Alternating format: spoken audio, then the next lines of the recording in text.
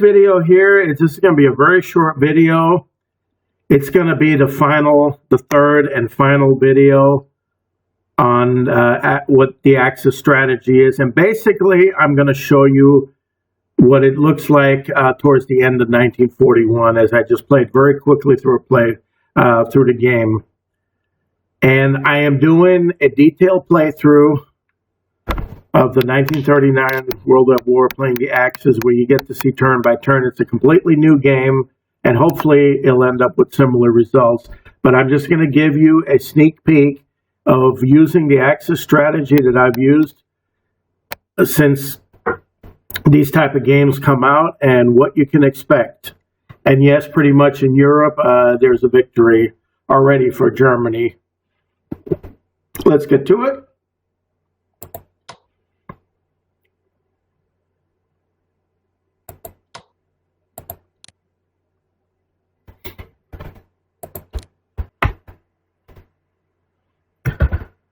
Okay, and this is December 19th, 1941. It looks like the United States is still not at war, but it is close to declaring war, probably against Germany. I'm not sure. And as the Japanese, even though I made some early blunders, like losing Wuhan and Nanjing, I did manage to rally and counterattack and achieve a front here. The entire South is owned by Japan, and it's still, it's still a slugfest here in China. By no means even close to over, but I have gained some territory. Out at sea in the Pacific, I've gotten some reinforcements. And I guess the war with the United States is beginning. I'm not going to start it. I'm going to let the United States declare war. And because everything's starting to shift towards war, the United States entering the war.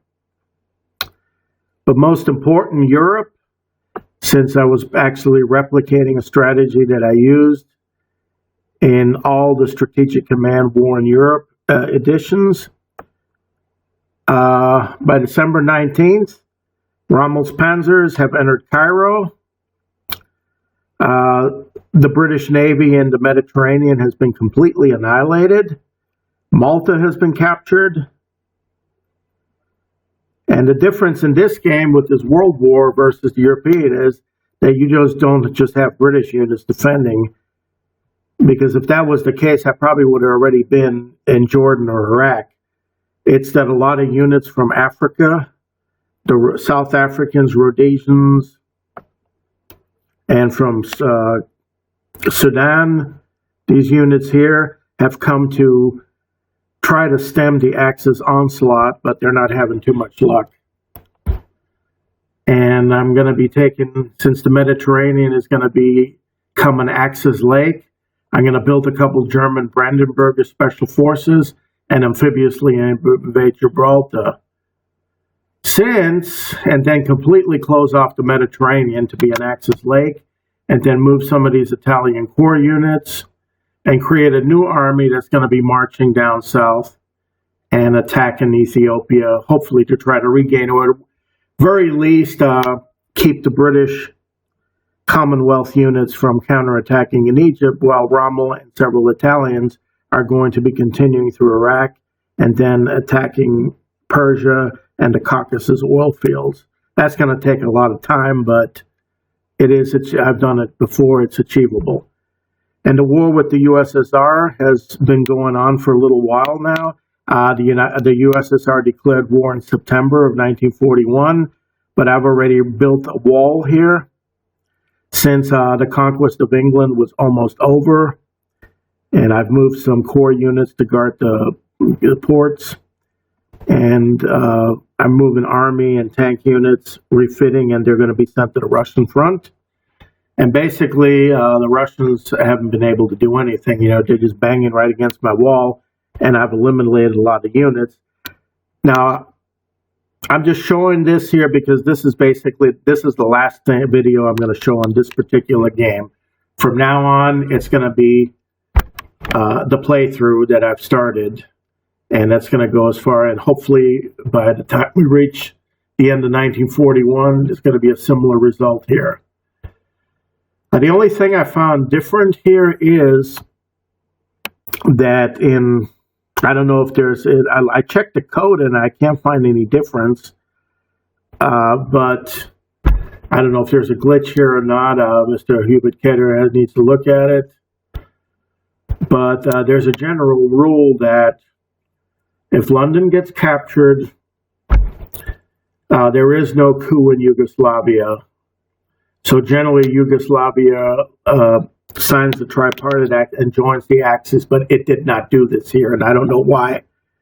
Several in the European war game, like 3 occasions when I took London, Yugoslavia, always around May 1941, joined the Axis, and I was able to use the Yugoslav units, and it was the Yugoslav army that captured Moscow in 1945. So I want my Yugoslavs. I don't know if I actually even they've been at 45%, and even when they wouldn't join, I purchased some chits to try to get the diplomacy up, but nothing has happened. And it seems to be doing the same thing with Spain and Turkey. I mean, England is completely captured here. Operation Sea Lion was an astounding success. I have the Atlantic Fleet here. The Kriegsmarine has built the Atlantic Wall with ships. I've captured Egypt. And according to the code, I mean, Spain, it's only 44%. And Turkey, that's even a little closer, but Turkey actually got that 72% long before I even captured Malta or anything. So I don't know, maybe some things need to be updated and fixed here, but that's for Mr. Hubert Carter and his crew to look at. That's the only strange thing I found, is why Yugoslavia did not join the Axis. As you can see, England, the British Isles are completely under German occupation. The Kriegsmarine is out here just to try to counter anything that decides to come from Canada, or later on, eventually, the United States when it enters the war. So there's only a one-front war now, and that's against the Soviet Union. And Germany receives about over 600 income right now. That's more than the Russians are receiving, even with the aid that the United States will give through Vladivostok and Murmansk. And as Germany takes Russian cities here, their income's going to increase and the Russians is going to decrease. So it's just an attrition. And the war against Russia is purely a mathematical grind. Basically like a casino playing against the player. You know, they have a percentage edge and they're going to bankrupt you eventually. So Germany's in a position that it cannot lose. And that's what will give the Axis victory in the European area. And I'm just going to show you some casualties here. This is very important too. I mean, the armies are still massive. But this will eventually increase and the Soviet will decrease as the war progresses. And usually the Soviet Union falls around late 1944, 45. You just have to just slowly grind. But look at the losses already. On land, let's go to detailed. The Soviets already lost in September. In 3 months of war, they already lost 20 units. In the entire war, the Germans only lost 4 units. And here's amphibious transport and tanks.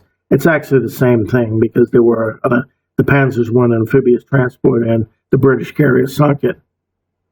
Lost a garrison here. I don't remember where that came from, but I lost that 1 tank and I lost a destroyer. That's it. And like I said, if you apply my strategy, the German Wehrmacht army will pretty much be unscathed.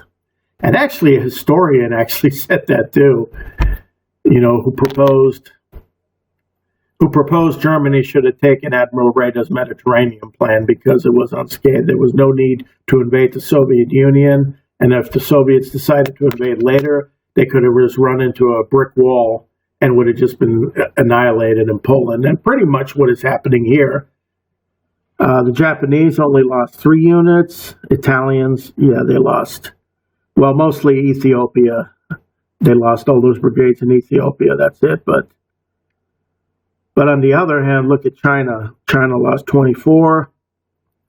Japan lost 3, and a couple of them were just due to pure carelessness, which I hope I'll avoid in my current playthrough. And look at the United Kingdom, 72. I mean, Britain, and their morale's going down too. So very low casualties for the Axis, achieving my the strategy that I've been using here. And the naval, the home fleet and the Mediterranean fleet sunk and only lost 1 destroyer. And the Italian destroyer was actually one in Somalia, so that wasn't a Mediterranean ship. And plus my Kriegsmarine, certain elements are picking off the Soviet Navy. I'm returning refitting here. So this is the situation in December 1941, before the United States enters the war. And I'm not going to be playing this, showing this anymore, because this is still part of the tutorial to show you what can be done playing the Axis, and to show you that there's a much, much easier way to win this than what all these other YouTubers are showing you how they're playing it. And this is decisive. I mean, you saw the losses. There's no losses, hardly any losses in the German army. And this is not luck or lucky die rolls. This type of situation happens all the time playing the AI, if you implement the strategy that I use. So you can just look at this and then try it yourself, with the 3 tutorial videos with this game. But from now on, I'm going to be doing the playthrough, which starts right at the beginning of the war, and you're going to watch every move that I make. And hopefully I'll achieve this situation again in the new game. So, and I hope you're encouraged to watch the playthrough. So thank you very much, and good luck in your wargaming.